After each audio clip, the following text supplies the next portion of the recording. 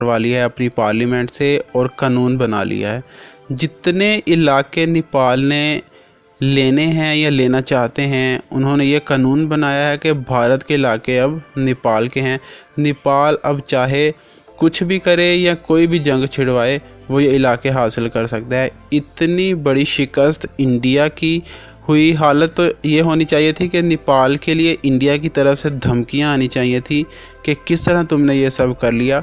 नेपाल की पार्लियामेंट के अंदर वो तमाम लोग जो रा के लिए काम करते थे, वो सारे के सारे अब चाइना के हाथ पर बैठ कर चुके हैं, वो चाइना के लिए काम करते हैं। आप अंदाज़ा कीजिए, धमकियां आनी चाहिए थी इंडिया की जानिब से। ज़रा हिंदुस्तान टाइम्स की खबर तो देखिए, ये हेडलाइंस लिखते हैं, इंडिया जैसा एटमी पावर मुल्क भी ऐसी हेडलाइन लिख सकता है। इनका कहना है कि हमने नेपाल से कहा कि आओ मिल बैठ के बातचीत करते हैं, लेकिन इनके पीएम ओली ने यह सब क्यों इग्नोर कर दिया। अंदाज़ा कर लीजिए कि रिक्वेस्ट कर रहे हैं, जनाब आपको कहा था मिलकर बातचीत करते हैं, इस मामला को देख लेते हैं, आपने तो कानून पास कर दिया। ये सारी सूरत हाल इस वक्त जो है वो जा रही है। इस वक्त पाकिस्तान के अदारों को, इंटेलिजेंस अदारों को जो ख़बर मसूल हुई है कि इंडिया घिर चुका है चारों तरफ से। सबसे ज़्यादा ख़तरनाक इतला जो मसूल हो रही हैं कि इंडिया कोई ना कोई हमला या जंग ज़रूर मुसल्लत करने की कोशिश करेगा। देखिए, जब आपका दुश्मन चारों तरफ से घिर जाता है तो उसको कुछ ना कुछ ज़रूर करना पड़ता है। पहले चाइना की तरफ से लद्दाख में और अब नेपाल की तरफ से। हाल ही में अशरफ गनी से भी मुलाकात हुई हमारे जनरल की कि आप चाहे धमकी समझे या कुछ और समझे, इंडिया अब यहाँ मुदाखलत नहीं करेगा।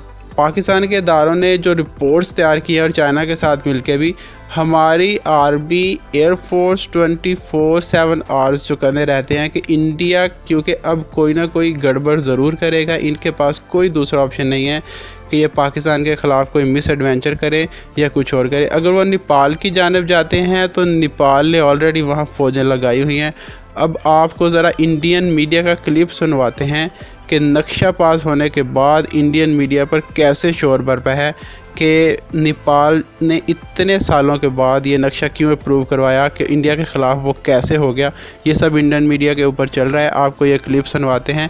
क्लिप सुनने से पहले फैसलाबाद टाइम्स की इस वीडियो को लाइक कीजिए, फैसलाबाद टाइम को शेयर और सब्सक्राइब कीजिए, बेल आइकन पर लाजमी क्लिक करें ताकि नई आने वाली वीडियोज़ आप तक पहुँच सके। इस समय एक बड़ी खबर आ रही है, वो बड़ी खबर नेपाल से आ रही है। नेपाल में संसद ने उनकी जो बिल था, नक्शे का विवादित बिल, उसको पास कर दिया है।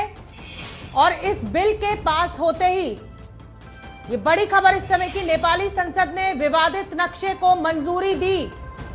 नेपाली संसद ने संविधान संशोधन बिल पास किया। कालापानी, लिपुलेख और लिम्पियाधुरा को अपना बताया। प्रणय उपाध्याय हमारे साथ जुड़ रहे हैं। प्रणय उपाध्याय, ये एक बहुत बड़ा फैसला नेपाली संसद ने लिया है। भारत के साथ संबंधों को देखते हुए ये अटपटा है, लेकिन क्या ये चीन की शय पे हो रहा है?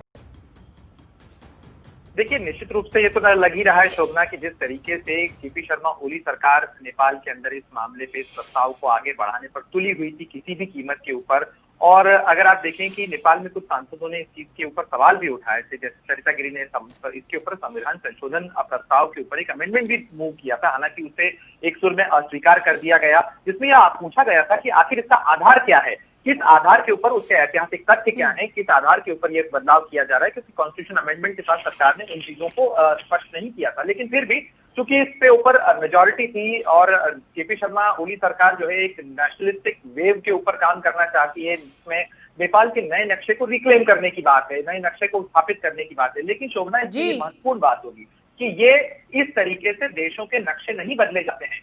नेपाल ने 1955 में संयुक्त राष्ट्र संघ की सदस्यता के लिए जो नक्शा दिया था, वो अब भी वही नक्शा है। और संयुक्त राष्ट्र संघ में यानी अंतर्राष्ट्रीय बिरादरी में नेपाल को अपना नक्शा बदलवाने के लिए भारत से एनओसी भी लेनी होगी, क्योंकि यूएन के अंदर भारत से पूछा जाएगा कि क्या भाई नेपाल जो नक्शा चेंज करना चाहता है उस पर आपकी कोई आपत्ति तो नहीं है। तो इस तरीके से मामला बहुत उलझा हुआ है। ऐसा नहीं है कि एक देश अगर अचानक से घोषित करे कि मेरी नई सीमाएं ये हैं, तो इस तरीके से वो अंतर्राष्ट्रीय स्थापित हो जाता है। लेकिन ये बात जरूर है, राष्ट्रीय स्तर पर नेपाल की संसद का ये फैसला है और भारत कह चुका है कि वो इस मामले को सुलझाने के लिए नेपाल के साथ बातचीत करने को तैयार है। तो देखते हैं कि बातचीत की मेज पर भारत और नेपाल अब कब बैठते हैं।